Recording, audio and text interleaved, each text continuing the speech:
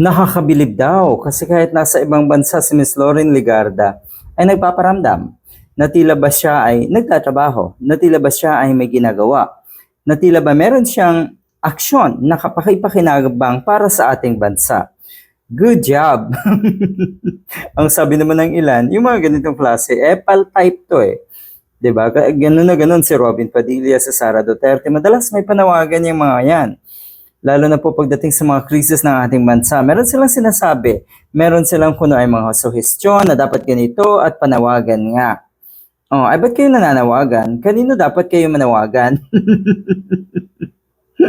Hindi ba dapat kayo ang gumagawa ng solusyon? Parte dapat kayo ng solusyon ng mga problema ng ating bansa. Bilang kayo yung mga senador. Si Lauren Ligarda daw ngayon, yung estado daw ng kanyang buhay ngayon ay napakasaklap nga.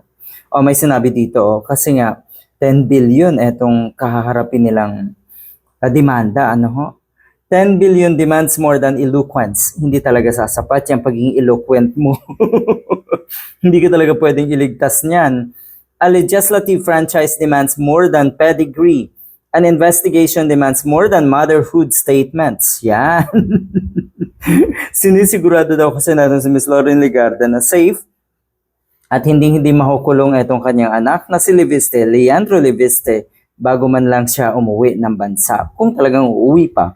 And public office demands something even more basic. Kaya umuwi ka na daw, magpakita ka na, and face these questions. Pero balikan natin. Ang sinabi ni Ms. Lauren Ligarda tungkol nga sa nangyaring sumambulat na o sandamakmak na basura dyan sa Parañaque, grabe no? Grabe yun. Sa tingin ko, ito ay wake-up call dapat ito sa atin. Diba? Wake-up call dapat ito na lahat tayo may contribution sa mga ganitong klaseng nangyayari sa ating bansa.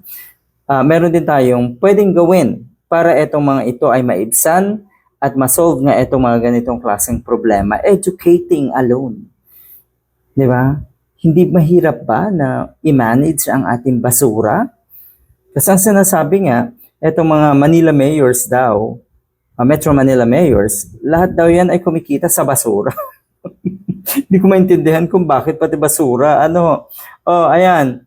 Ang sinasabi ni Ms. Lauren Ligarda, clean up drive alone won't solve Parañaque waste problem. So ano nga po? Ano nga po ang makakasolve?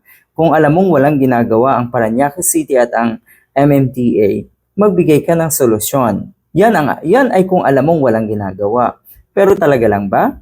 Walang ginagawa? Sa tingin ko meron naman. Sadya lamang na may mga ganitong klaseng problema na una ay gawin itong mga ganito, basic, clean up. O hindi lang naman yan ang dapat talagang gawin. Meron talagang dapat na solusyon, pang matagalang solusyon. At sa tingin ko, Ms. Lauren Ligarda, hindi mo alam yan. Epal ka lang dito sa ganitong statement mo.